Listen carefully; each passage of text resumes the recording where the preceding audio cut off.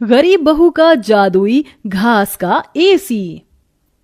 एक छोटे से गांव में सरिता अपनी बहू और अपने गरीब परिवार के साथ रह रही थी। बेटा, आज हमें ये रात को सारा काम खत्म करना होगा, कल ये सारा ऑर्डर का सामान जाएगा। माँ, मैं तो कोशिश कर ही रहा था लेकिन घास ही खत्म हो गई। अब आप ही बताओ ना, मैं क्या करूँ? हमारे पास और कोई चारा नहीं है, हमें जंगल से और घास काट कर लानी होगी। इस समय जंगल में जाने का फायदा नहीं है, कभी भी कुछ भी हो सकता है। जंगली जानवर रात के समय ही बाहर निकलते हैं। अजय बिल्कुल सही कह रहा है बहू। अरे माँ जी, हम दो लोग अगर जाएंगे तो कोई जानवर पास नहीं आएगा और फिर इतनी जल्दी कोई हमला नहीं करता। हमें ये ऑर्डर कल देना है, आप ये भी तो सोचिए। लेकिन बहू।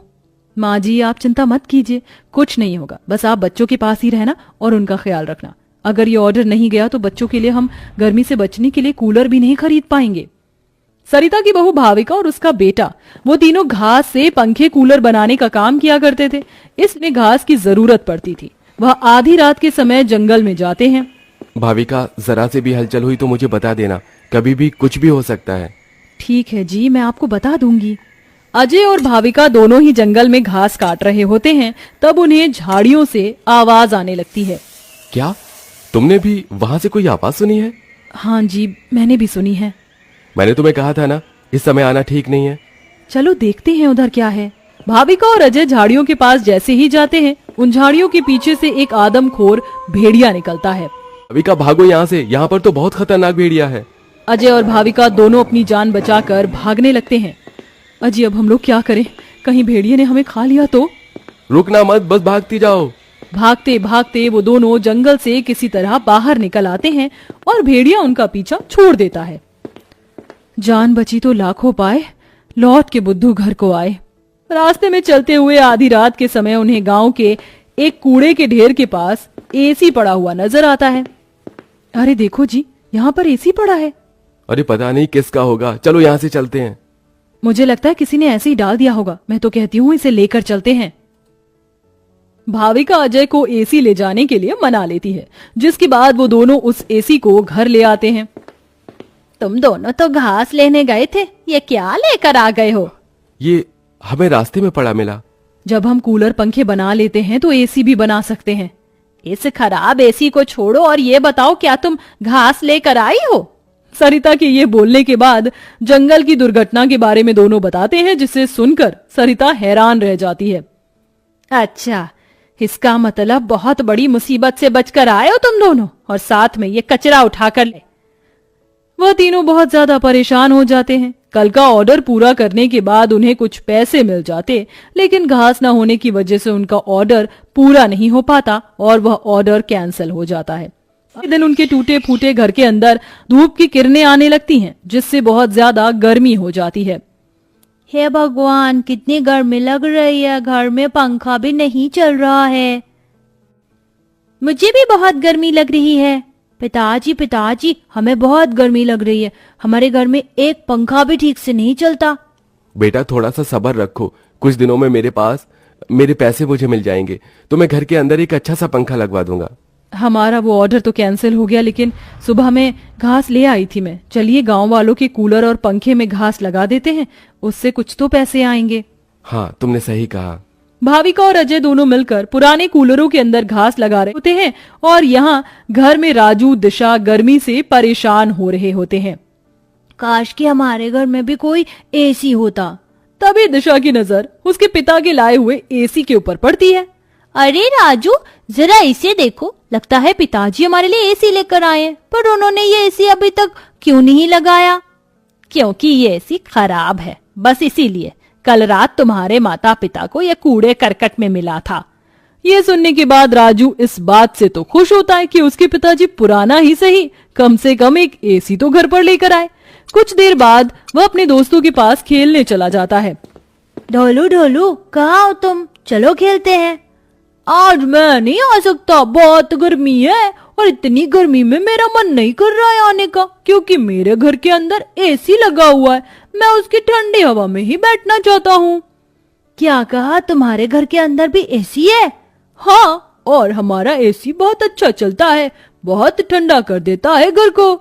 राजू यह सुनकर बहुत खुश होता है। वह वापस अपने घर पर आता है और अपने पिता से कहता है, पिताजी पिताजी मेरे लिए एसी ठीक कर दीजिए, बहुत गर्मी होती है घर के अंदर, मेरे सभी दोस्तों के पास एसी है। राजू बेटा, मैं एसी ठीक करने वाला नहीं हूँ। कहीं मुझसे एसी खराब गया तो ज्यादा पैसे चले जाएंगे उसे ठीक करवाने में।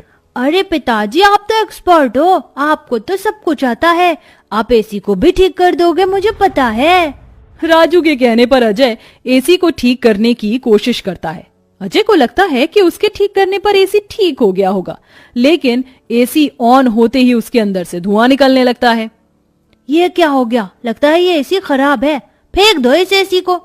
राजू गुस्से में ऐसा कहकर चला जाता है, जिसके बाद उसे इस तरह देखने से उसके दोनों माता पिता परेशान हो जाते हैं। हमें हमारे बेटे के लिए एक एसी तो बनाना चाहिए। भाविका और अजय दोनों अब सारे काम छोड़कर उसी को ठीक करने में ही लग जाते हैं। वह उसकी ठंडी हवा खाने के लिए उसके चारों तरफ हरी घास लगा देते हैं, जिससे कि उस एसी की हवा और भी ज्यादा ठंडी हो जाए। चलो अब एसी तैयार है, इसे चलाकर देखते हैं। भाविका जैसे ही घास का एसी चलाती है, अचानक से उस एसी के आंख नाक मुंह बन जाते हैं। क्या बात है, तुमने तो मुझे बिल्कुल नए जैसा बना दिया है, लेकिन समझ नहीं आ रहा कि तुमने मेरे ऊपर ये घास क्यों लगाई है।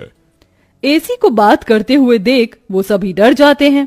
अरे हाँ सॉरी, मुझे माफ करना, मैं अपने आप को इंट्रोड्यूस करना भूल गया। मैं एक जादुई एसी हूँ, मेरे पास परी लोक की शक्तियां हैं, मैं गरीबों की मदद करता हूँ और तुम्हें मेरी बहुत ज्यादा जरूरत थी, लेकिन मैं खराब होने की वजह से अपनी शक्तियां इस्तेमाल नहीं कर सकता था।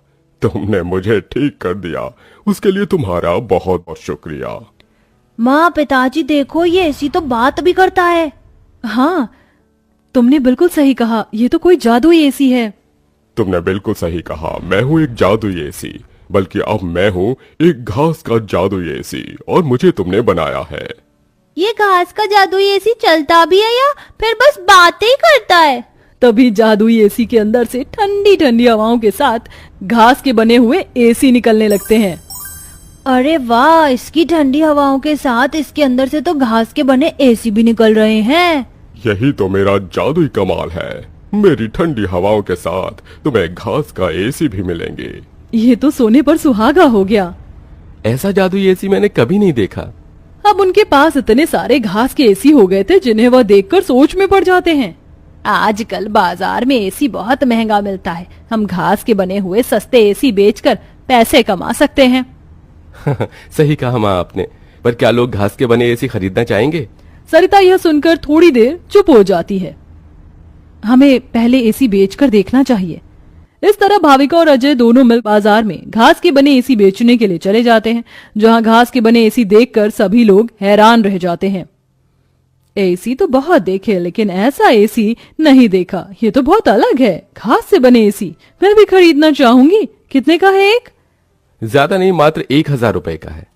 आजकल एसी 30-40 हजार तक मिलते हैं और तुम इतने सस्ते में बिल्कुल कौड़ियों के भाव बेच रहे हो। चलो मुझे एक दे दो।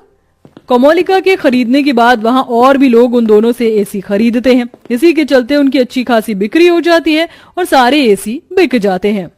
आज का ये आखिरी एसी बचा है, इसे मैं अपने घर में लगा। अजय घास का एक एसी अपने घर में भी लगा देता है और घास के जादुई एसी का इस्तेमाल वो बस तभी करता है जब उसे एसी बेचने के लिए पैसे चाहिए होते हैं। जादुई घास के एसी, अपनी ठंडी ठंडी हवाएं दो, जिससे मुझे तुम्हारे जादुई घास के एसी मिले। अजय के इतना बोलते ही जादुई घास के एसी के अंदर से ठंडी ठंडी हवाओं के साथ घास के बने एसी निकल आते हैं। इस तरह धीरे धीरे अजय अपना घास के बने एसी का बहुत बड़ा बिजनेस खोल लेता है और धीरे धीरे उसकी सारी परेशानियां खत्म हो जाती हैं। अब वह गरीब परिवार खुशी खुशी रहने लगता है।